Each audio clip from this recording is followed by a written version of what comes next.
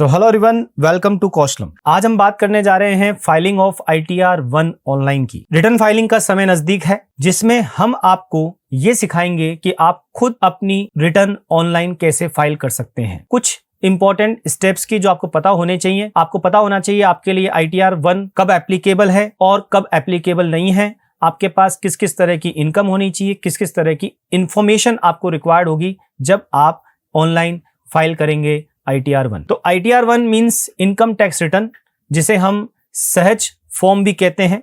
ये फॉर्म किन लोगों के लिए एप्लीकेबल है? देखिए, हर असीसी मीन्स टैक्स पेयर के लिए एक ही तरह का ITR फॉर्म नहीं है।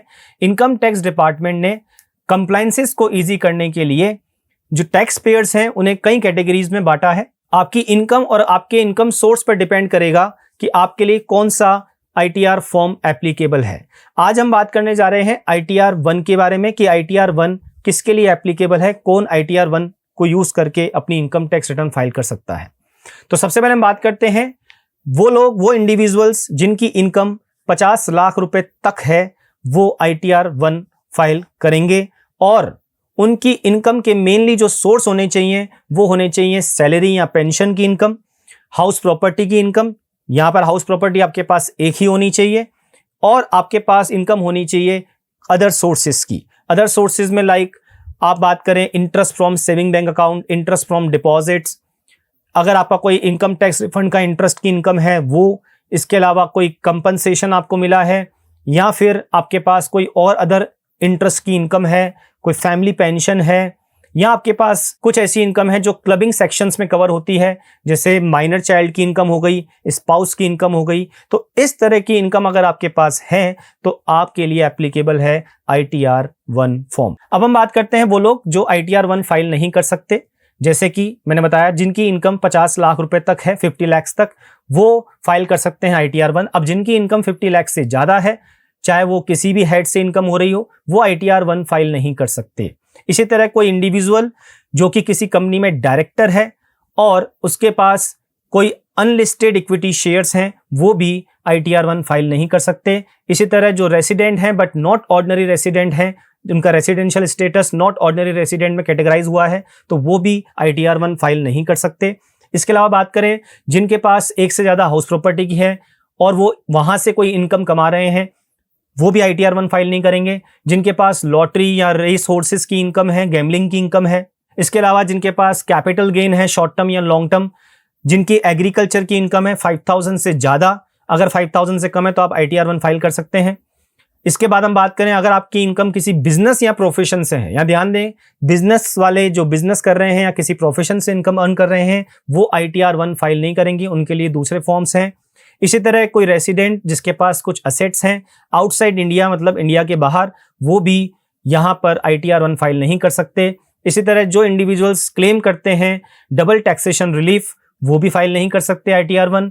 और जिनका कोई डेफर्ड इनकम टैक्स है जो कि एम्प्लॉइज स्टॉक ऑप्शन प्लान से रिसीव हुआ है और जो उनको किसी एलिजिबल स्टार्टअप से मिला है, वो भी ITR 1 फाइल नहीं कर सकते। अब अगर बात करें इनकम टैक्स प्रोविजंस की, तो ITR फाइल करने की जो लास्ट डेट है वो क्या होगी? ITR फाइल करने की लास्ट डेट होगी उन लोगों के लिए जिनके पास ऑडिट की रिक्वायरमेंट नहीं होती है, मतलब जिनकी बुक्स ऑफ अकाउंट्स ऑडिट नहीं की जाती हैं, उनके लिए ITR फाइल करने की लास्ट डेट होगी 31 जुलाई। हालांकि ये डेट आगे इनकम टैक्स डिपार्टमेंट एक्सटेंड भी कर सकता है, लेकिन जो नॉर्मली ड्यू डेट है वो 31 जुलाई है। इसी तरह अदर टैक्स पेयर जो कि ऑडिट जिनके ऊपर एप्लीकेबल होती है, जिनकी बुक्स ऑफ अकाउंट्स ऑडिट कराना कंपलसरी है, उनके लिए रिटर्न फाइलिंग की ड्यू डेट 31 अक्टूबर है।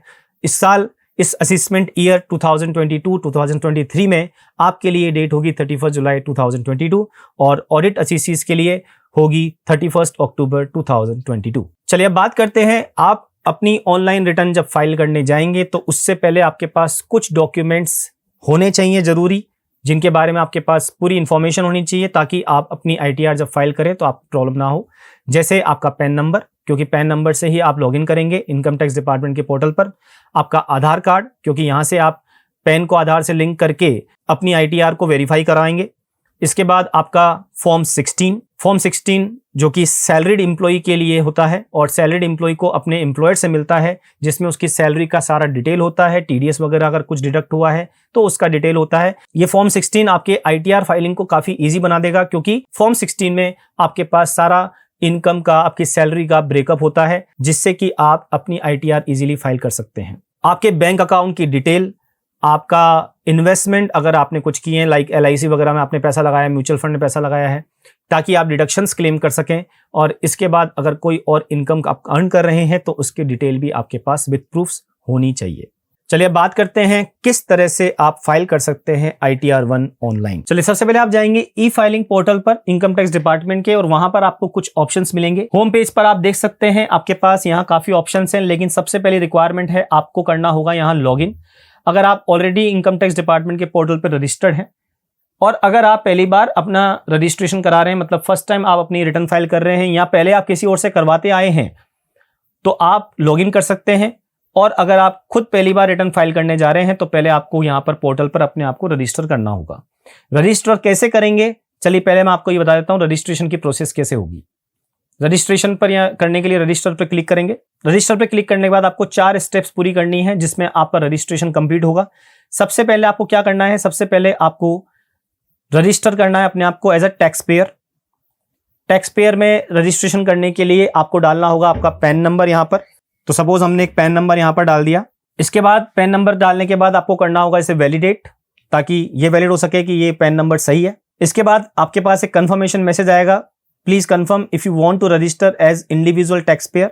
आप एक इंडिविजुअल टैक्स पेयर के तौर पर रजिस्टर होना चाहते हैं तो आप इसको यस कर देंगे। कंफर्म करने के बाद अब आगे बढ़ेंगे।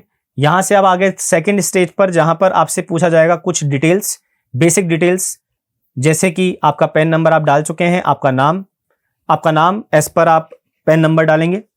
सबसे पहले पूछा जा रहा है आपका लास्ट नेम, फिर आप फर्स्ट नेम डाल सकते हैं, मिडिल नेम डाल सकते हैं। इस तरह आप पहले ये डिटेल डालेंगे।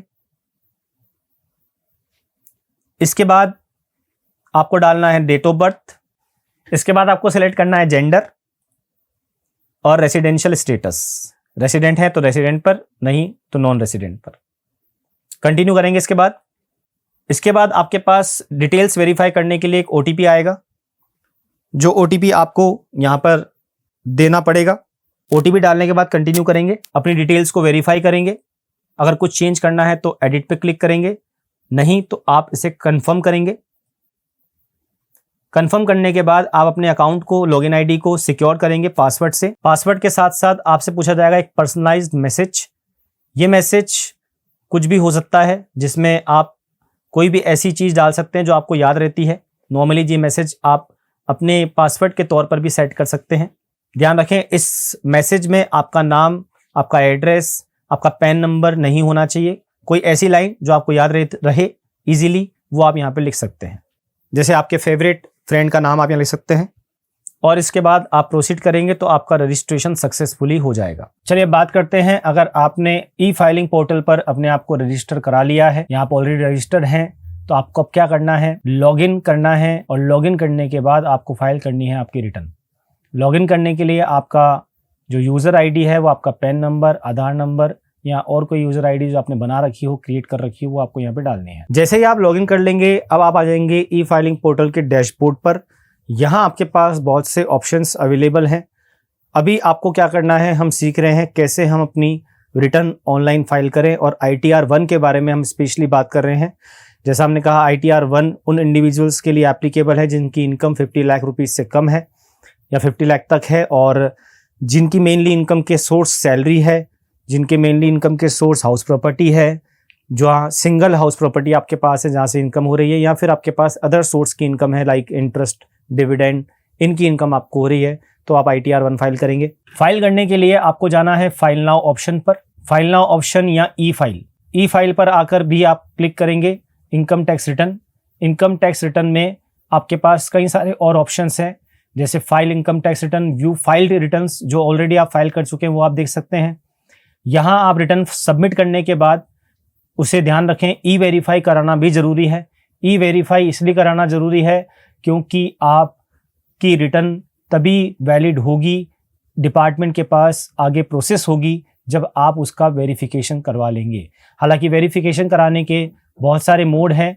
आप ऑनलाइन, अगर आपका पैन आधार से लिंक्ड है तो आप OTP लेकर भी अपनी रिटर्न को वेरीफाई करवा सकते हैं, और अगर आपके पास ऐसी फैसिलिटी नहीं है तो फिर आप इसको बेंगलोर CPC ऑफिस जो इनकम टैक्स डिपार्टमेंट का है, वहाँ आपको ये बाय पोस्ट आपकी रिटर्न जो एक एक्नॉलेजमेंट यहाँ से जनरेट होगा रिटर्न फाइल करने के बाद, जिसे हम ITR 5 कहते हैं, वो फॉर्म आपको वहाँ पर अपना साइन करके भेजना होगा विदिन 120 डेज रिटर्न फाइल करने के, और उसके बाद जाकर आपका वेरिफिकेशन होगा। तो मतलब वेरिफिकेशन करने के दो तरीके हैं। रिटर्न फाइल करने से पहले आप अपना फॉर्म 26AS देख लीजिए। फॉर्म 26AS में आपको आपके TDS की सारी इंफॉर्मेशन मिल जाएगी। अगर आपका कोई TDS डिडक्ट हुआ है किसी इनकम पर तो वो सारी डिटेल आपको यहाँ पर 26AS फॉर्म में मिल जाएगी। 26AS फॉर्म में जाने के लिए आपको क्लिक करना है फॉर्म 26AS पर। यहाँ से इसको करना है कन्फर्म करने के बाद आपको ये पेज रीडायरेक्ट करेगा TDS CPC की वेबसाइट पर। देखिए इस तरह से आप ट्रेसेस पे आ जाएंगे। ट्रेसेस पे आने के बाद आप इसको एग्री करें, प्रोसीड करें। प्रोसीड करने के बाद आप क्लिक करें to view tax credit means form 26AS। ये इसलिए ज़रूरी है ताकि आप अपनी डिटेल्स यहाँ पर जब फिलअप करेंगे इनकम टैक्स रिटर्न में तो उसमें कहीं गलती ना हो। अपना असेसमेंट ईयर सेलेक्ट करें। जैसे असेसमेंट ईयर अभी हम बात करें 2022-2023। असेसमेंट ईयर क्या होता है? जिस प्रीवियस ईयर की इनकम को आप यहाँ शो करने जा रहे हो, रिटर्न फाइल करने जा रहे हो। जैसे अगर हम 1 अप्रैल 2021 से 31 मार्च 2022 के ईयर की इनकम के लिए यहाँ पर रिटर्न फाइल कर रहे हैं तो आपका प्रीवियस ईयर है 1 अप्रैल 2021 से 31 मार्च 2022, और आपका असेसमेंट ईयर होगा just next year means 22-23। Assessment year का मतलब होता है वो ईयर जिसमें अब आप अपनी इनकम शो करोगे, अपनी टैक्स की लायबिलिटी कैलकुलेट करोगे और टैक्स जमा कराओगे। तो असेसमेंट ईयर सेलेक्ट कर लें। कैसे व्यू करना है, टेक्स्ट फॉर्म में या HTML फॉर्म में, वो आप देख लें। व्यू डाउनलोड पे क्लिक करें। ये आपका फॉर्म 26AS ओपन है। अगर आपका कोई TDS वगैरह ओपन यहाँ पर डिडक्ट हुआ होगा तो उसकी पूरी डिटेल आपके पास यहाँ पर होगी। पार्ट A में आपको मिलेगा details of tax deducted at source. Part A1 में मिलेगा details of tax deducted at source for 15G 15H। Specially जब ये यहाँ आपको तब मिलेगा जब आपका बैंक में TDS डिडक्ट होता है। इसी तरह और भी कहीं आपके TDS डिडक्ट हुए हैं तो वो आपको यहाँ पर पूरी डिटेल मिल जाएगी। लेकिन यहाँ सिर्फ और सिर्फ आपको TDS की डिटेल मिलेगी। कोई आपका रिफंड बनता है उसकी डिटेल मिल जाएगी, और अगर आपका कोई SFT ट्रांजेक्शन है, मतलब बड़ी वैल्यू का ट्रांजेक्शन है, तो वो आपको यहाँ पर मिल जाएंगे। चलिए यहाँ से वापस हम चलते हैं एक बार। यहाँ तो मैं कोई डिटेल नहीं दिख रही, मतलब हमारा कोई TDS प्रीवियस ईयर में डिडक्ट नहीं हुआ है। अब आपको इसके बाद और भी अगर आप ये देखना चाहते हैं कि इनकम टैक्स डिपार्टमेंट के पास आपकी क्या इन्फॉर्मेशन है, तो आप सर्विसेज में जाकर एनुअल इंफॉर्मेशन स्टेटमेंट भी आप देख सकते हैं, डाउनलोड कर सकते हैं। यहाँ से भी आप अपनी इन्फॉर्मेशन TDS के अलावा और भी आपकी जो इनकम्स हैं, जैसे इन्वेस्टमेंट की इनकम है, आपके SFT ट्रांजेक्शन है, वो सारी डिटेल्स आपको यहाँ पर मिल जाएगी। जितनी जानकारी इनकम टैक्स डिपार्टमेंट के पास आपके बारे में है वो सारी जानकारी आपको यहाँ मिल जाएगी। तो रिटर्न फाइल करने से पहले ये कुछ प्रिकॉशंस मैं आपको बता रहा हूँ कि आप इनको देखने के बाद ही अपनी रिटर्न फाइल करें। इसके लिए हमने एक अलग से अपना वीडियो बना रखा है एनुअल इन्फॉर्मेशन स्टेटमेंट का, वो आप देख सकते हैं।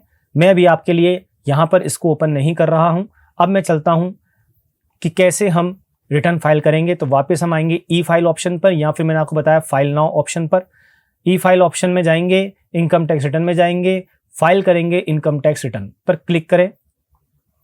अब आपसे कुछ डिटेल पूछी जाएगी, जैसे कौन से असेसमेंट ईयर की आप रिटर्न फाइल करने जा रहे हैं।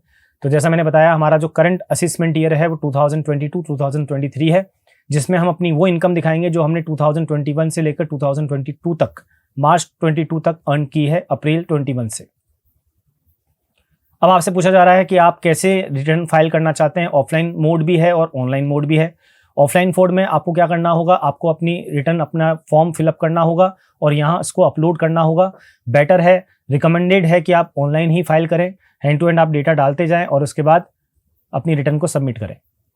ऑनलाइन सेलेक्ट करने के बाद आप कंटिन्यू पे जाएंगे। कंटिन्यू पे जाने के बाद आपको फ्रेश रिटर्न फाइल करनी है। अगर आपने पहले से कोई रिटर्न फाइल कर रखी, कोई ड्राफ्ट सेव कर रखा है तो वो यहाँ पर आपको दिख जाएगा। और अगर आप पहली बार रिटर्न फाइल कर रहे हैं, फ्रेश रिटर्न फाइल कर रहे हैं असेसमेंट ईयर की, तो वो आपको यहाँ दिख जाएगी। और यहाँ पर आपको क्लिक करना है स्टार्ट न्यू फाइलिंग पर। तो मैं यहाँ क्लिक कर रहा हूँ। जैसे आप स्टार्ट करते हैं new filing of income tax return, आपसे पहले पूछा जा रहा है कि आपका स्टेटस क्या है। मीन्स आप किस तरह के असीसी हैं इनकम टैक्स की नज़रों में। आप एक इंडिविजुअल हैं, आप Hindu undivided family means HUF है, या कोई और है, तो आपको यहाँ पर क्लिक करना है। अभी हम बात कर रहे हैं इंडिविजुअल असीसी की, जो कोई फर्म, कोई पार्टनरशिप बिजनेस, किसी भी तरह के बिजनेस में नहीं है, खुद ही इंडिविजुअल है जो इनकम अर्न कर रहा है। इंडिविजुअल पे क्लिक करने के सेलेक्ट करने के बाद आप कंटिन्यू पे क्लिक करेंगे। कंटिन्यू पे क्लिक करने के बाद अब आप जाएंगे ये सेलेक्ट करने कि आपके लिए कौन सा ITR फॉर्म एप्लीकेबल है। जैसा हम बात कर रहे हैं कि आपके लिए अगर ITR 1 एप्लीकेबल है तो ITR 1 पे सेलेक्ट करेंगे, या कोई और फॉर्म एप्लीकेबल है तो आप उसको सेलेक्ट करेंगे। बट अभी हम यहाँ पर ITR 1 की बात कर रहे हैं तो हम ITR 1 को सेलेक्ट करेंगे। प्रोसीड विथ ITR 1 को प्रोसीड पर क्लिक करेंगे। जी, अब आपको बताया जा रहा है कि आप ITR 1 जो फाइल करने जा रहे हैं वो किसके लिए एप्लीकेबल है। ये मैसेज आप देख सकते हैं, जिसकी इनकम सैलरी, 1 हाउस प्रॉपर्टी या अदर सोर्स लाइक इंटरेस्ट की इनकम वगैरह है, जिसकी एग्रीकल्चर की इनकम 5000 तक है, उन्हीं के लिए ITR 1 एप्लीकेबल है। रिटर्न फाइल करने का जो प्रोसेस है वो प्रोसेस यहाँ समझाया गया है सिंपली कि सबसे पहले आपको वैलिडेट करना है अपनी रिटर्न के ब्रेकअप को जो प्री फाइल्ड है। यहाँ पे अभी हम जब लेट्स गेट स्टार्ट पे क्लिक करेंगे तो एक प्री फाइल्ड फॉर्म आपके पास आएगा। प्री फिल्ड फॉर्म का मतलब है कि जो प्री फिल्ड फॉर्म का मतलब है कि जो इन्फॉर्मेशन इनकम टैक्स डिपार्टमेंट के पास आपके बारे में है वो इनकम टैक्स डिपार्टमेंट आपकी रिटर्न में पहले से ही फिल कर देगा। हालांकि उस इन्फॉर्मेशन को आप बदल सकते हैं, चेंज कर सकते हैं, जैसा भी आपकी रिक्वायरमेंट है उसके हिसाब से। इसके बाद आप कंफर्म करेंगे आपकी रिटर्न समरी को, और फिर मैंने कहा था लास्ट स्टेप होगी वेरीफाई करेंगे। तो ये 3 चीजें होंगी, इसके बाद आपकी रिटर्न फाइल होगी। तो अब हम चलते हैं आगे अपनी जो रिटर्न है उसमें अपना डेटा डालने के लिए। लेट्स गेट स्टार्टेड पे जाएंगे, क्लिक करेंगे। आपसे कुछ क्वेश्चंस पूछे जा रहे हैं टू प्रोसीड फर्दर कि आप जो ये रिटर्न फाइल कर रहे हैं उसका क्या रीजन है। क्या आपकी taxable income more than basic exemption limit है, तो आप यहां क्लिक करेंगे। मतलब आपकी इनकम अगर बेसिक एग्जम्पशन लिमिट जो कि अभी 2,50,000 है पर एनम, उससे ज़्यादा है तो आप इस पर क्लिक करेंगे। और अगर आप नहीं, आपकी इनकम इस बेसिक एग्जम्पशन लिमिट से कम है, इसके अलावा किसी और रीज़न से आप अपनी रिटर्न फाइल कर रहे हैं, जैसे कि आपने 1 करोड़ से ज़्यादा आपके करंट अकाउंट में पैसा जमा कराया है, या आपने 2 लाख से ज़्यादा ट्रेवलिंग पर पैसा खर्च किया है, या फिर आपने 1 लाख से ज़्यादा इलेक्ट्रिसिटी के कंजम्पशन का बिल पे किया है, तो आप इन ऑप्शंस को सेलेक्ट करेंगे। और कोई अगर रीज़न है तो आप अदर पे क्लिक करेंगे।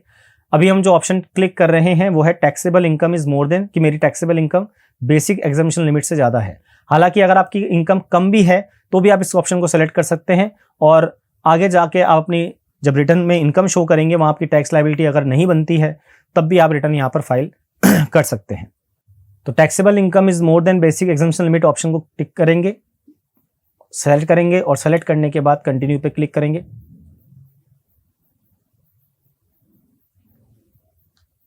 कंटिन्यू पे क्लिक करने के बाद अब आप आएंगे आगे, एक मैसेज आपके पास आ रहा है कि we have prefilled your return based on information available with income tax department, please confirm the details in each section are correct to proceed. तो इनके पास मतलब डिपार्टमेंट के पास जो आपकी पहले से ही इंफॉर्मेशन है वो आपको यहाँ पे दिख जाएगी। सबसे पहले जो पहला ऑप्शन है वो है पर्सनल इंफॉर्मेशन। पर्सनल इंफॉर्मेशन में आपको जो इंफॉर्मेशन प्रोवाइड करनी है उसके लिए आप यहाँ पर क्लिक करेंगे। अब इसमें आप अपना जो बेसिक डिटेल्स है, जैसे आपका name, Aadhaar number, PAN number, आपका address, mobile number, mail ID, इसमें अगर आप कुछ चेंज करना चाहते हैं तो आप एडिट पे क्लिक करेंगे। नेचर ऑफ एम्प्लॉयमेंट, अगर आप सेंट्रल गवर्नमेंट एम्प्लॉई हैं, स्टेट गवर्नमेंट एम्प्लॉई हैं, पब्लिक सेक्टर अंडरटेकिंग के एम्प्लॉई हैं, पेंशनर हैं, या आप इन सभी कैटेगरीज में फॉल नहीं करते हैं तो आप नॉट एप्लीकेबल पर भी कर सकते हैं। ये फैमिली पेंशन वगैरह के लिए है। और अगर आप एक प्राइवेट एम्प्लॉई हैं तो सबसे अच्छा ऑप्शन यहाँ पर आपके लिए वो है अदर्स पे आप क्लिक करेंगे। इसके बाद आपसे पूछा जा रहा है कि फाइलिंग जो आप कर रहे हैं रिटर्न वो किस सेक्शन के अंडर आप फाइल कर रहे हैं। अगर आप रिटर्न फाइल कर रहे हैं बिलेटेड मतलब होता है ड्यू डेट के बाद अगर आप रिटर्न फाइल कर रहे हैं तो बिलेटेड को सेलेक्ट करेंगे। अगर एक बार रिटर्न फाइल कर चुके हैं उसमें कुछ करेक्शंस करना चाहते हैं तो वो आप कर पाएंगे सेक्शन 139(5) की रिटर्न, जिसे हम रिवाइज रिटर्न कहते हैं, तब आपको ये ऑप्शन सेलेक्ट करना है। इसी तरह अगर कंडोनेशन ऑफ डिले के बाद आप रिटर्न कर रहे हैं फाइल तो उसके लिए आप यहां क्लिक करेंगे। अभी हम यहां पर सेक्शन 139(1) रिटर्न फाइल करेंगे, मतलब ये ऑप्शन आपको तब सेलेक्ट करना होता है जब आप अपनी रिटर्न ड्यू डेट या उससे पहले फाइल करते हैं। तो नॉर्मल केसेस में आपको सेक्शन 139(1) ही एप्लीकेबल है और उसी केस में आप यहां पर रिटर्न फाइल कर रहे हैं। अगर आप किसी नोटिस के रिस्पॉन्स में रिटर्न फाइल कर रहे हैं तो आप उसको सेलेक्ट करेंगे और फिर टिक करेंगे कौन सा नोटिस, किस सेक्शन का नोटिस आपके पास आया है। अभी हम यहाँ पर किसी नोटिस के रिस्पॉन्स में रिटर्न फाइल नहीं कर रहे हैं तो हम उसको सेलेक्ट नहीं करेंगे। फिर आपसे क्वेश्चन पूछा जा रहा है क्या आप न्यू टैक्स रेजिम को ऑप्ट करना चाहते हैं।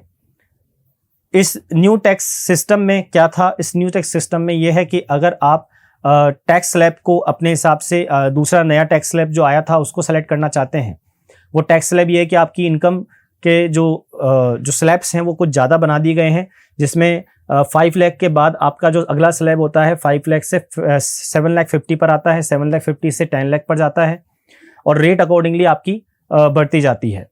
जबकि नॉर्मल जो स्लैब रेट है, जो पुराना स्लैब रेट चल रहा है, उसके हिसाब से अगर आपकी इनकम अप टू 250 है और उसके बाद 250 से 5 लाख तक है तो टैक्स जो रेट ऑफ टैक्स है वो 5% है। 5 लाख से ऊपर इनकम है 10 लाख तक तो आपकी टैक्स रेट की जो टैक्स रेट है वो 20% है।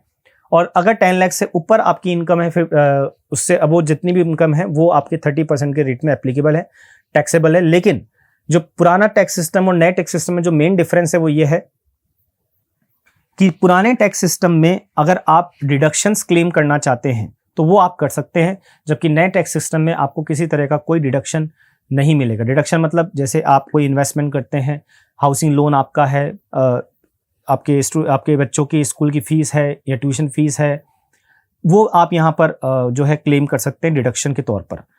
तो पुराने टैक्स सिस्टम में आप ये कर सकते हैं लेकिन नए टैक्स सिस्टम में आप ऐसा नहीं कर सकते, इसलिए हम इसको सेलेक्ट कर लेते हैं नो।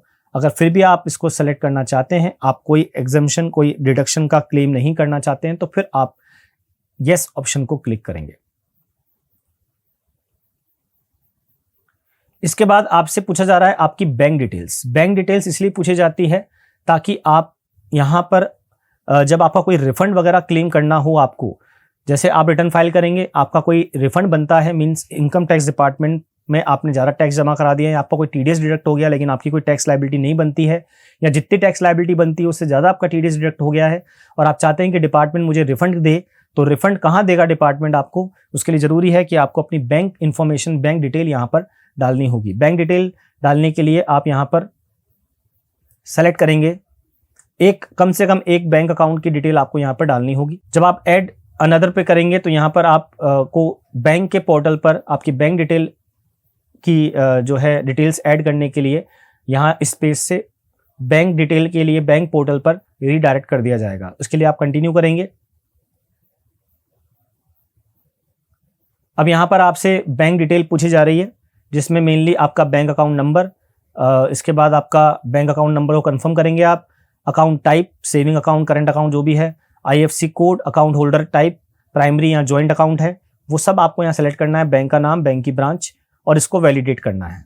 तो बैंक डिटेल डालने के बाद आप वैलिडेट करेंगे इस पेज को। वैलिडेट करने के बाद आपके पास एक मैसेज आएगा, your request for validating bank account has been submitted and will send to the respective bank shortly, the validation status will be uploaded in 10 to 12 working days. आपने जो बैंक अकाउंट डाला है उसको आप सेलेक्ट कर लें for refund purpose. अगर आपका कोई रिफंड बनेगा तो सीधा आपके बैंक अकाउंट में आएगा जो आपने ऐड किया है। और भी आप अकाउंट ऐड करना चाहें तो कर सकते हैं, ऐड अनदर पे जाकर यहाँ से कंफर्म करेंगे, आगे बढ़ेंगे। तो अब आपने अपनी पर्सनल इंफॉर्मेशन कंप्लीट कर ली है, जिसका आप देख सकते हैं कंफर्मेशन भी यहाँ पर दिख रहा होगा आपको, कंफर्म। अब आपसे पूछा जा रहा है ग्रॉस टोटल इनकम। अगर इनकम टैक्स डिपार्टमेंट के पास आपकी पहले से कोई जानकारी है तो आपकी ग्रॉस टोटल इनकम में वो इनकम यहाँ पर शो हो जाएगी जो कि डिपार्टमेंट के पास पहले से है।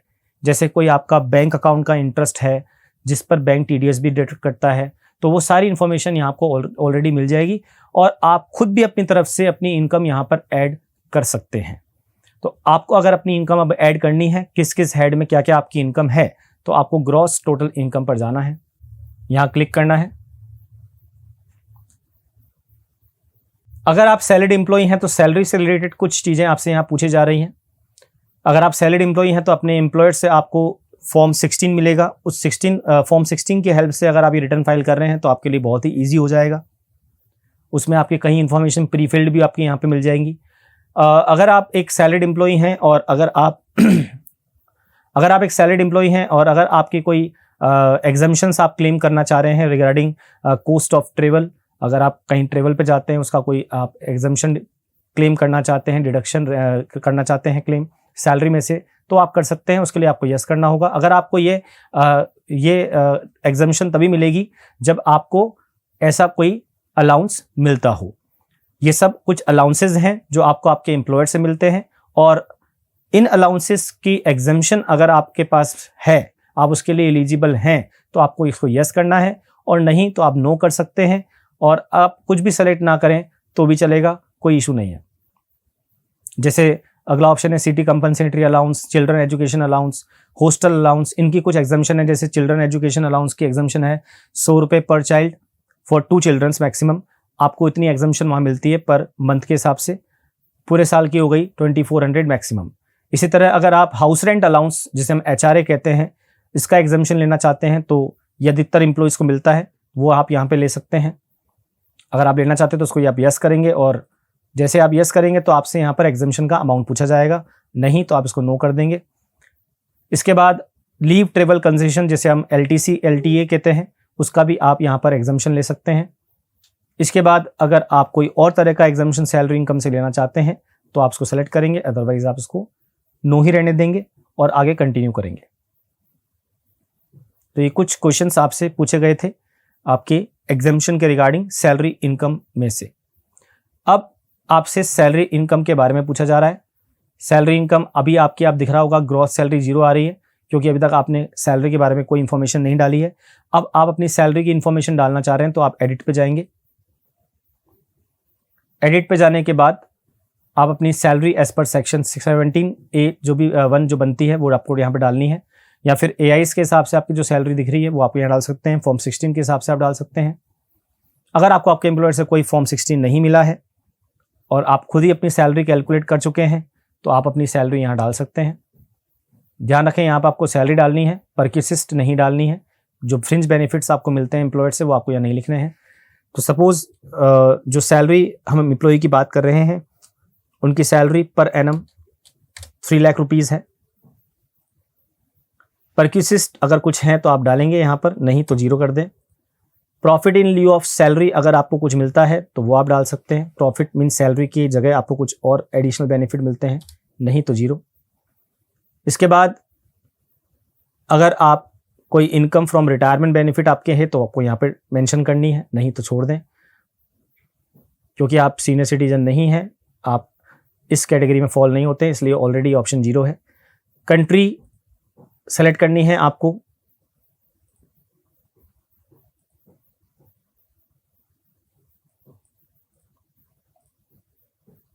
ये भी ऑप्शन आपके लिए एप्लीकेबल नहीं है, छोड़ दें आप इसको यहाँ पर। इसके बाद ई ऑप्शन है आपकी income from retirement benefit account maintain in country other than notified country. जो ऊपर कंट्री थी इसके अलावा किसी और कंट्री से अगर आपको कोई रिटायरमेंट बेनिफिट मिलते हैं तो आप यहाँ मेंशन करेंगे, नहीं तो आप इसको 0 डाल देंगे। इसके बाद आप अगर आपके कुछ अलाउंसेस एग्जेम्प्ट हैं जो आपको मिल रहे हैं लेकिन वो टोटली एग्जेम्प्ट हैं तो आप यहाँ सेलेक्ट करेंगे कौन सा अलाउंस है जो आपका कंप्लीटली एग्जेम्प्ट है। जैसे लीव ट्रेवल कंसेशन है, रेम्यूनरेशन रिसीव्ड एज ऑफिशियल है। ये कुछ एग्जेम्पशन या एग्जेम्प्ट अलाउंसेस हैं जो टोटली पूरी तरह से एग्जेम्प्ट होते हैं, उनको आपको सेलेक्ट करना है। अगर आपको मिलते हैं और आपने अपर सैलरी में इंक्लूड कर रखा है तो आप यहाँ पर सेलेक्ट कर सकते हैं और उनका अमाउंट डाल सकते हैं। कोई और एग्जेम्पशन आप लेना चाहें तो ऐड अनदर पे जाएंगे, नहीं तो आप छोड़ देंगे। इसके अलावा अगर आप कोई क्लेम कर रहे हैं income for relief from taxation under section 89A तो वो भी आप यहाँ पर डाल सकते हैं।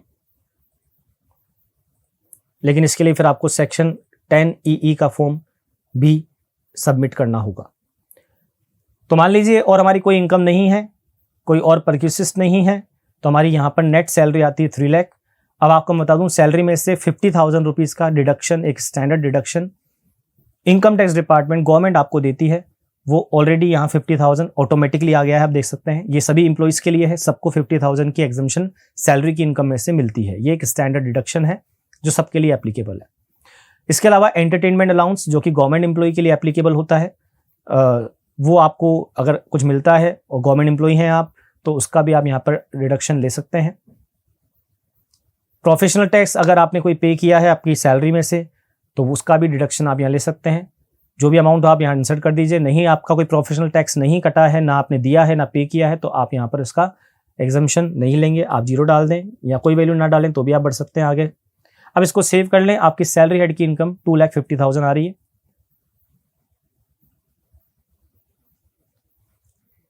इसके बाद अगर आपकी कोई हाउस प्रॉपर्टी की इनकम है तो वो आप डिटेल्स यहाँ पर डाल सकते हैं। आपकी क्या इनकम है, किस तरफ की हाउस प्रॉपर्टी है, सेल्फ ऑक्यूपाइड है, लेट आउट मतलब किराए पे दी हुई है, यहाँ खुद ने यूज़ कर रखी है। खुद ने अगर यूज़ कर रखी है तो 1 मकान 2 मकान तो आपके सेल्फ ऑक्यूपाइड वाले वैसे ही टैक्स फ्री होंगे। अगर उससे ज़्यादा अगर मकान आपके हैं जो सेल्फ ऑक्यूपाइड है तो फिर उन्हें डीम्ड बेसिस पर टैक्सेबल किया जाएगा। ठीक है। अगर लेट आउट है तो लेट आउट पे सेलेक्ट, मतलब किराए पे दे रखा है तो सेलेक्ट करेंगे। अब उसके जो डिटेल्स हैं, जनरल डिटेल्स, जैसे आपका ग्रॉस रेंट क्या है जो आपको मिलता है, इसमें से जो टैक्सेस वगैरह आपने पे किए हैं लोकल अथॉरिटी को वो आप घटा देंगे। इसके अलावा आपकी फिर एनुअल वैल्यू आ जाएगी। उसके बाद उस एनुअल वैल्यू में से आपको 30% स्टैंडर्ड डिडक्शन मिलेगा। अगर कोई इंटरेस्ट आपने मकान बनवाने के लिए, खरीदने के लिए, कंस्ट्रक्शन के लिए लिया है तो उसका डिडक्शन आप यहाँ क्लेम कर सकते हैं। और अगर कोई अनरियलाइज रेंट है तो वो भी आप यहाँ पर दिखा सकते हैं और इसको फिर आप ऐड कर देंगे। तो अभी हमारी कोई इनकम नहीं है, लेट आउट हाउस कुछ भी नहीं है। अगर होता तो आप यहाँ पर डाल सकते हैं। ये सपोज हमारी 0 है तो आप 0 डाल दें, और आपको नहीं डालना है तो आप नहीं डालें, क्योंकि ज़रूरी नहीं है आपकी सभी हेड से इनकम हो। इसको आप कैंसिल कर देंगे, वापस पीछे आ जाएंगे बैक। तो अब आपकी हाउस प्रॉपर्टी इनकम यहाँ पर अपने आप ऑटोमेटिकली 0 आ रही है, क्योंकि हमने कोई इनकम नहीं डाली है। अब इसी तरह अगर आपकी अदर सोर्स की इनकम है, क्योंकि और तो कोई इनकम यहाँ पे आप ले नहीं सकते, ITR 1 फाइल कर रहे हैं आप।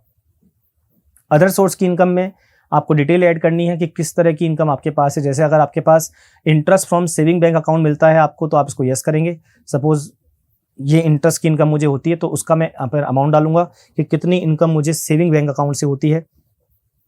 सपोज मुझे अपने बैंक अकाउंट से 25,000 की इनकम होती है इंटरेस्ट की। इसके अलावा आपको पोस्ट ऑफिस में आपका कोई अकाउंट है या आपकी कोई FDs वगैरह है तो वो उन डिपॉजिट्स की जो इनकम है वो आप यहाँ डाल सकते हैं। सपोज मेरी डिपॉजिट्स की इनकम भी है 40,000 की, वो मैं यहाँ डाल देता हूँ। इनकम टैक्स रिफंड अगर आपको कुछ मिला है वो इनकम आप यहाँ डाल सकते हैं। नहीं तो नो रहने दीजिए, नो ऑलरेडी वो सेलेक्ट है। ठीक है। तो ऐसी कुछ इनकम जो आपके लिए यहाँ पर एप्लीकेबल है वो आपको यहाँ पर डालनी है, जो अदर सोर्स हेड में टैक्सेबल होती है। फैमिली पेंशन की इनकम हो गई। और भी कोई इनकम है, सपोज आप, एक एग्जांपल मैं दे रहा हूं, सपोज आपकी कोई गिफ्ट की इनकम है, कोई गिफ्ट से इनकम हुई है तो गिफ्ट की इनकम आप यहाँ डाल सकते हैं। सपोज आप एक ट्यूशन क्लासेस चलाते हैं घर में, तो ट्यूशन की इनकम अगर आप दिखाना चाहें तो आप यहाँ दिखा सकते हैं। जैसे सपोज आप ट्यूशन क्लासेस भी चलाते हैं, 50,000 आपको वहाँ से इनकम होती है, यहाँ आपने दिखा दिया। और उस डिस्क्रिप्शन में डाल दीजिए कि ये इनकम कहाँ की है, ये ट्यूशन क्लासेस की इनकम है, तो वो डिस्क्रिप्शन आप डाल दीजिए यहाँ पर केवल। अगर आपकी कोई डिविडेंड इनकम है तो आप इसको यस कर लीजिए, नहीं तो आप इसको नो रहने दीजिए। डिविडेंड आपको शेयर्स पे मिलता है, अगर आपने किसी कंपनी के शेयर्स में इन्वेस्ट किया है तो। कंटिन्यू करें। जैसे आप कंटिन्यू करेंगे अब आप देखेंगे आपकी अदर सोर्स की इनकम भी यहाँ पर आ गई है। ये 25,000 सेविंग बैंक वाली, 40,000 डिपॉजिट्स की, 50,000 ट्यूशन क्लासेस की। टोटल इनकम 1,15,000 आपकी अदर सोर्स में आ रही है। अगर आपको यहाँ पर डिडक्शंस के लिए एलिजिबल है तो आप डिडक्शन ले लीजिए 57 सेक्शन में। मीन्स इन इनकम को अर्न करने के लिए अगर आपको कुछ खर्चे हुए हैं तो उनका आप डिडक्शन क्लेम कर सकते हैं, अगर नहीं तो आप इसको छोड़ देंगे। अगर आप इनमें कोई एडिट करना चाहते हैं वापस से, मान लीजिए आपने एक बार डिटेल डाल दी बट आपको लगता है कि ये डिटेल गलत डाली है और आप इसमें वापस कुछ चेंज करना चाहते हैं, तो आप उस ऑप्शन को सेलेक्ट करेंगे जिसमें आप चेंज करना चाहते हैं और चेंज के बाद आप एडिट पे आ जाएंगे। जैसे सपोज मैं सेविंग बैंक का जो मैंने इंटरेस्ट है वो सपोज गलत डाल दिया, ये 25 नहीं 22,500 है, तो मैं इस पर जाऊँगा और इसको एडिट करूँगा।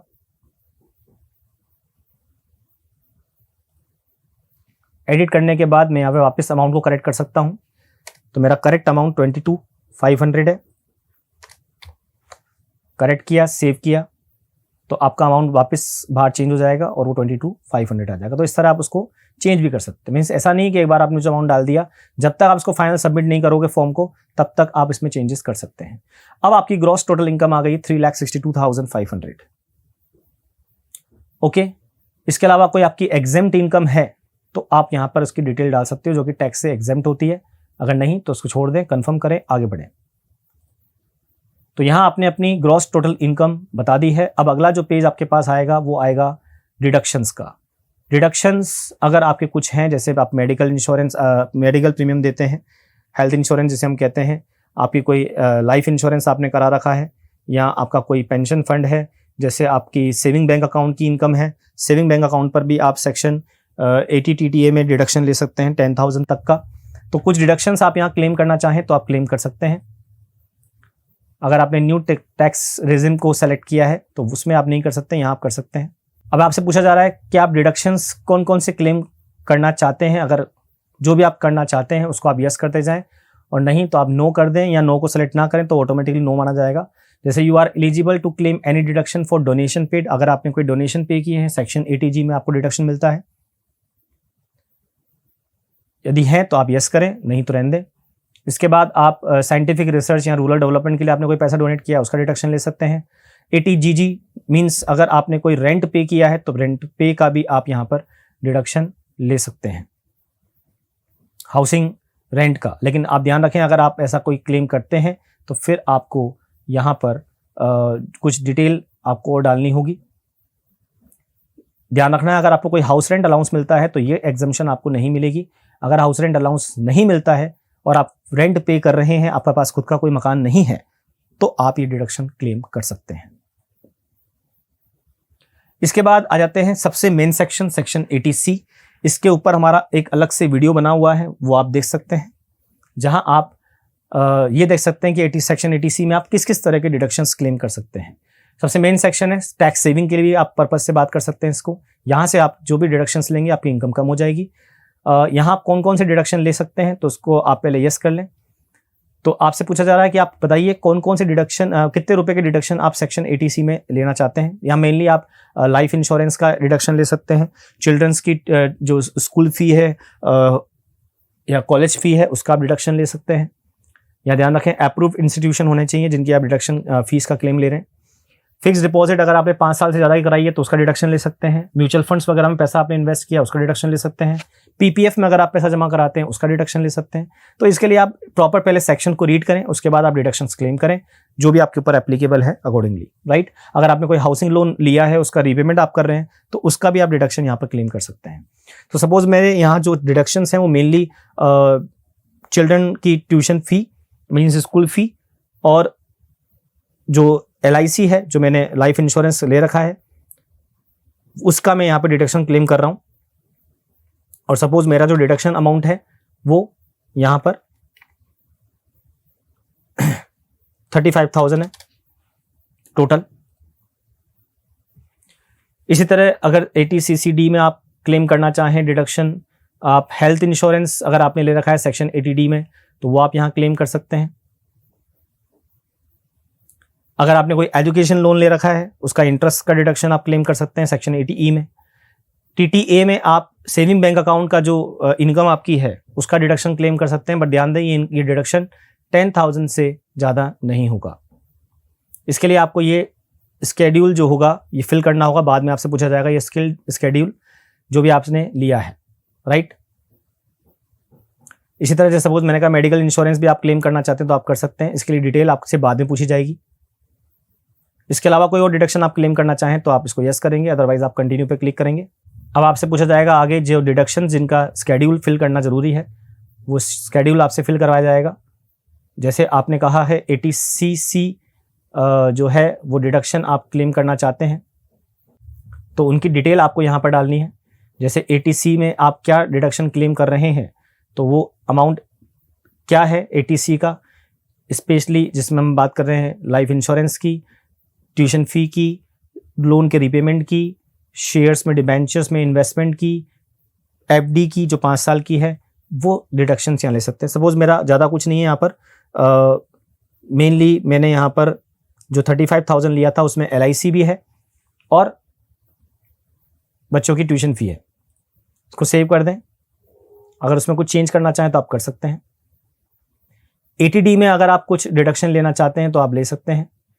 उसका अमाउंट आपको डालना होगा। ATD में मेनली आप जो मेडिकल इंश्योरेंस लेते हैं, हेल्थ इंश्योरेंस लेते हैं, उसका क्लेम आप ले सकते हैं और ये क्लेम आप अपने लिए और आपके पेरेंट्स दोनों के लिए ले सकते हैं।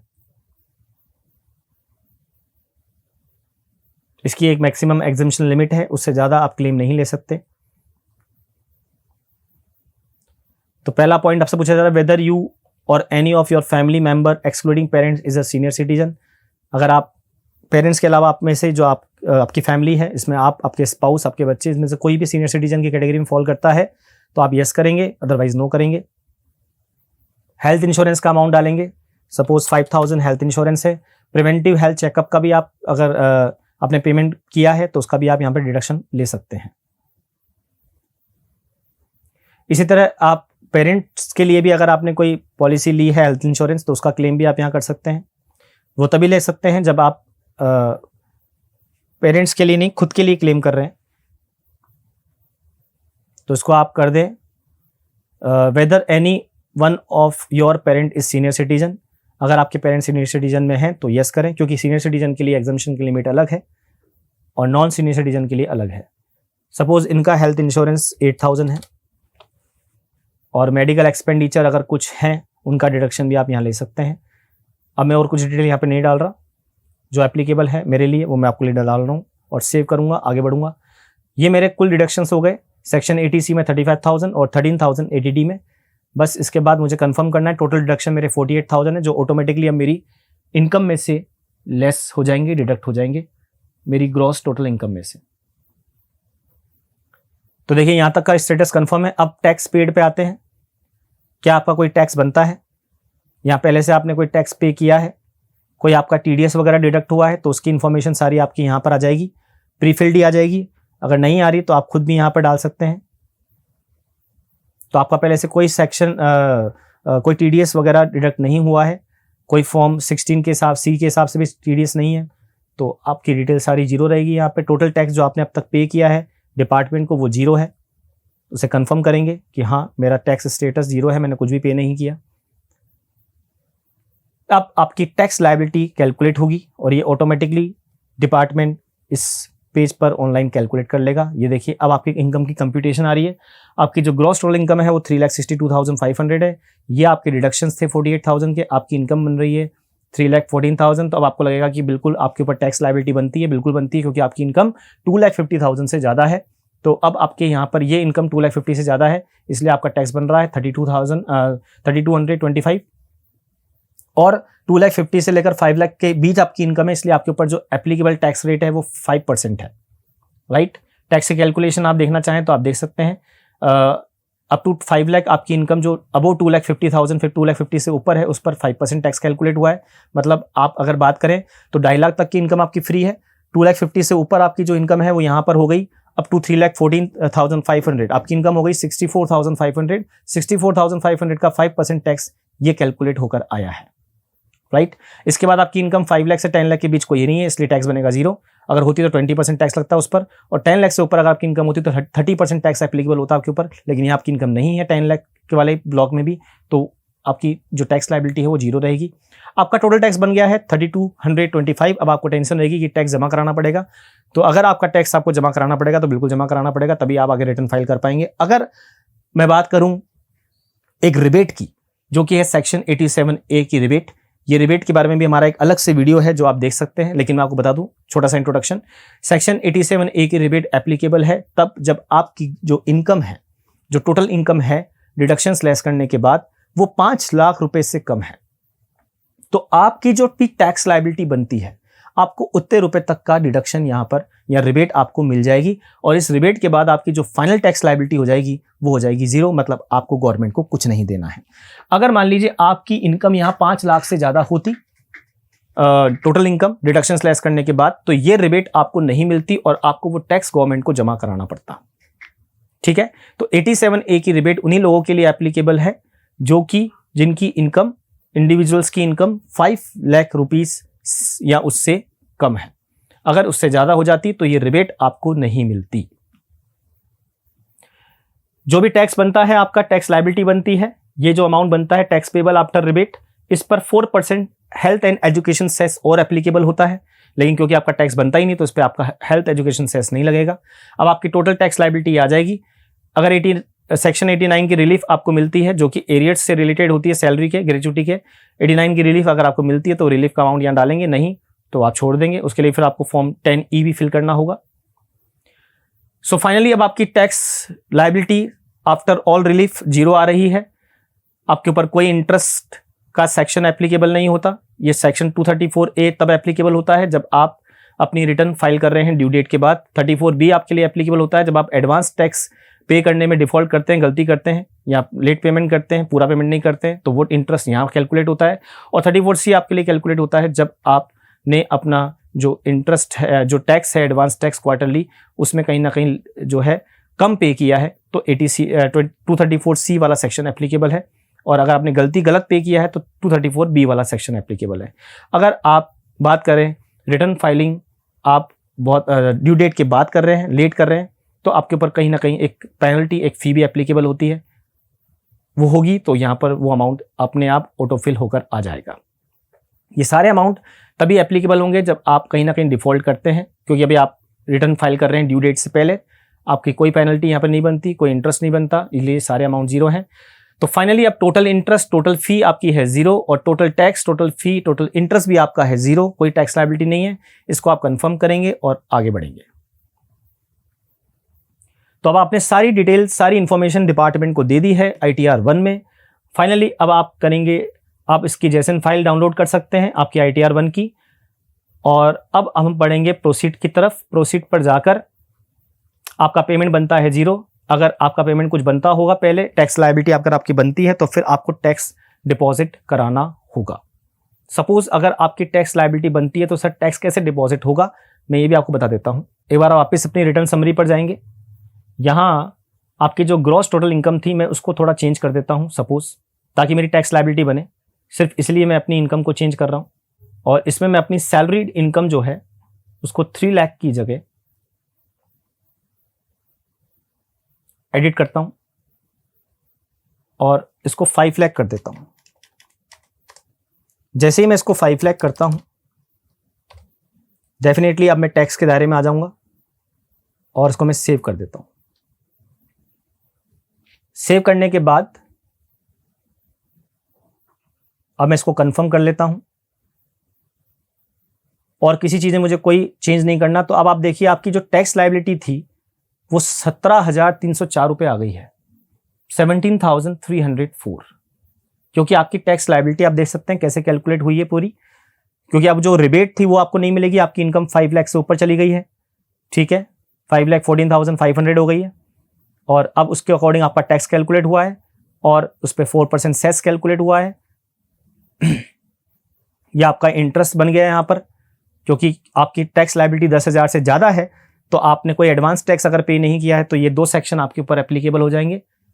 इनका इंटरेस्ट आपके ऊपर एप्लीकेबल है। टोटल टैक्स और इंटरेस्ट मिलाकर अब आपको 17,304 देने हैं। अगर आप इसको कंफर्म करते हैं और अब प्रोसीड करते हैं तो नाउ ये दिखा रहा है यू नीड टू पे अ पेमेंट ऑफ 17,300, राइट। अब आपको रिटर्न फाइल करने के लिए पहले अपना टैक्स पे करना होगा। पे करने के लिए आपको जाना है पे नाउ पर। पे नाउ पर जाने के बाद आप यहां पर एक चालान जनरेट होगा जिसका पेमेंट आप ऑनलाइन कर सकते हैं। ऑनलाइन पेमेंट करने के बाद आपके पास टैक्स की डिटेल, चालान नंबर, BSR कोड, ये आपको फिल करना होगा रिटर्न फाइल करने से पहले। तो उस चालान की डिटेल अपने पास आप संभाल के रखें, राइट। मैं कंटिन्यू पे जाऊंगा तो मैं यहाँ पर टैक्स फाइलिंग पेज पे आ जाऊंगा। ये देखिए मैं आ गया टैक्स इन्फॉर्मेशन नेटवर्क मतलब NSDL की वेबसाइट पर, और यहाँ आकर मैं अपना टैक्स पे करूँगा। चालान नंबर 280 रहेगा आपके लिए एप्लीकेबल, तो यहाँ आप अपना टैक्स पे कर सकते हैं। आप पे कर रहे हैं इनकम टैक्स, ये ऑलरेडी सेलेक्टेड है। सेल्फ असेसमेंट टैक्स कहेंगे इसको आप, क्योंकि आप अपना टैक्स खुद कैलकुलेट कर रहे हैं। अगर आपके पास कोई नोटिस आया उसके जवाब में आप टैक्स जमा कराते हैं तो ये यहाँ एप्लीकेबल होगा। टैक्स ऑन रेगुलर असेसमेंट, आप कैसे पेमेंट कर रहे हैं, mode of payment net banking है तो नेट बैंकिंग, डेबिट कार्ड है तो डेबिट कार्ड सेलेक्ट कर लेंगे। आपका पैन नंबर यहाँ आ गया, असेसमेंट ईयर आ गया, आपका एड्रेस आ गया, ये डिटेल आ गई। यहाँ पर आप कैप्चा कोड डाल दीजिए, प्रोसीड करें। बैंक, अगर आप नेट बैंकिंग पेमेंट करना चाहते हैं तो नेट बैंकिंग सेलेक्ट कर लें। सपोज मैंने बैंक सेलेक्ट कर लिया, प्रोसीड करें। ये देखिए आपके लिए चालान तैयार है।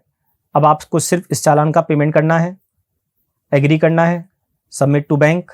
अब आप बैंक के पोर्टल पे पहुंच जाएंगे। यहाँ अपना लॉगिन आईडी करके पासवर्ड डाल के आप लॉगिन करेंगे, सबमिट करके, और फिर आप अपना टैक्स का पेमेंट कर देंगे। तो इस तरह से मैंने आपको सिखा दिया यहाँ पर ये बात कि आप टैक्स भी किस तरह से पे कर सकते हैं। अब क्योंकि मैंने ये सिर्फ आपको इसलिए बताया था कि आपको ये पता चले कि टैक्स पेमेंट जब करना होगा तो किस तरह से टैक्स पेमेंट होगा।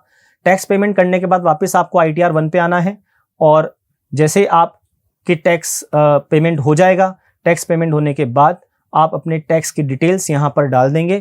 टैक्स डिटेल डालने के बाद ही आप अपनी रिटर्न सबमिट कर पाएंगे। तो अभी मैं वापस बैक जा रहा हूँ, अपनी इनकम को दोबारा से चेंज कर ले रहा हूँ। जो मैंने सैलरी की इनकम अपनी चेंज करी थी 5 लाख, उसको मैं 3 लाख कर रहा हूँ, ताकि मैं आपको ये बता सकूं कि अब आगे मैं कैसे बढ़ूंगा। सबमिशन पर इस इनकम को मैं दिखा देता हूं 3 लाख। इसको मैं सेव करूंगा,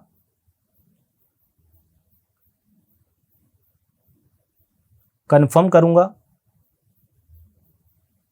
और अब मेरी टैक्स लायबिलिटी आप देख सकते हैं वापस 0 हो गई। प्रोसीड करूंगा। अब क्योंकि मुझे कोई टैक्स पे ही नहीं करना तो पे वाला जो ऑप्शन है वो यहाँ आएगा नहीं। अब मैं अपनी रिटर्न प्रीव्यू कर सकता हूँ, या आपने अपनी रिटर्न देख लीजिए, प्रीव्यू कर सकते हैं आप। Preview and submit your return. अब जैसे आप प्रीव्यू करेंगे, आप अपने आप को यहाँ पर जो है डिक्लेरेशन सेलेक्ट करेंगे, यहाँ सेल्फ सेलेक्ट करेंगे, आपने खुद ने रिटर्न प्रिपेयर करी है, ठीक है। प्रोसीड टू प्रीव्यू पे जाएंगे, और ये आपकी रिटर्न आ गई है। इसका प्रीव्यू आप देख सकते हैं। ये आपका ITR 1 फॉर्म आ गया है कंप्लीट, राइट। अब फाइनल काम क्या करना है, प्रोसीड टू वैलिडेशन। अब आप इसको वैलिड करेंगे। वैलिडेशन के लिए आपको क्या करना है, वैलिडेशन के लिए फिर आपका वही तरीका है कि आप इस रिटर्न को यहाँ पर वैलिड कर सकते हैं अपने अगर आपका पैन आधार से लिंक्ड है तो उस तरह से कर सकते हैं, अपने बैंक अकाउंट से भी कर सकते हैं। और अगर आप बाद में करना चाहते हैं, इसको फाइल करने के बाद अगर अपनी रिटर्न को वैलिडेट करना चाहते हैं सबमिट करने के बाद, तो वो भी आप कर सकते हैं। CPC पर अपना जो एक्नॉलेजमेंट ITR का आएगा, ITR 5, वो वहां पर भेजकर बाय पोस्ट, राइट। तो ये था प्रोसेस ITR 1 रिटर्न फाइल करने का, ठीक है। इस तरह से आप अपनी ITR फाइल कर सकते हैं। Thank you.